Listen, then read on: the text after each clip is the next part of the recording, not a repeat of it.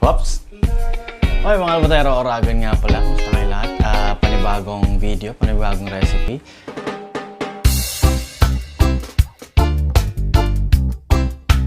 Gagawin natin ngayon, napakasimpleng ano lang, no?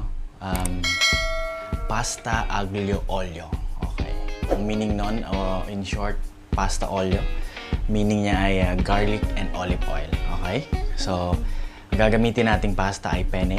Depende yan sa kung anong meron na pasta kayo meron. Yung regular spaghetti, fettuccine, yung fusilli, or yung angel hair na maninipis. Ito mga kailangan natin,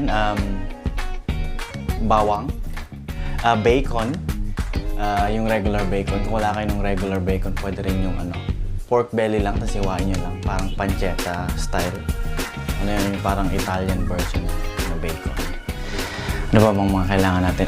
Basil leaves, tapos chili flakes, olive oil, konting butter, tapos cherry tomatoes.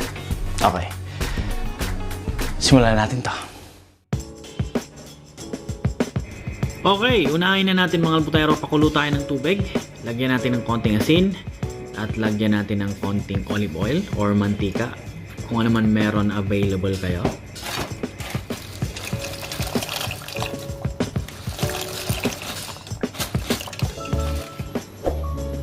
So yun mga albutero, habang nagpapakulo tayo ng pasta, lutuin na rin natin yung pork belly na meron natin.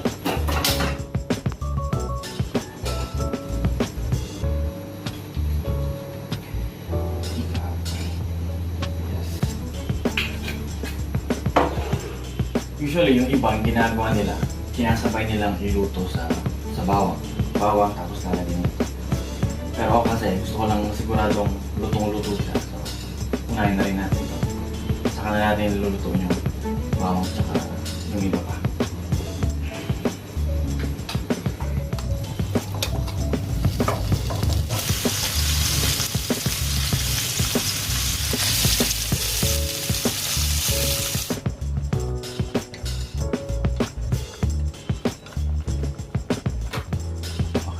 Okay mga albutero, so luto na siguro to, no?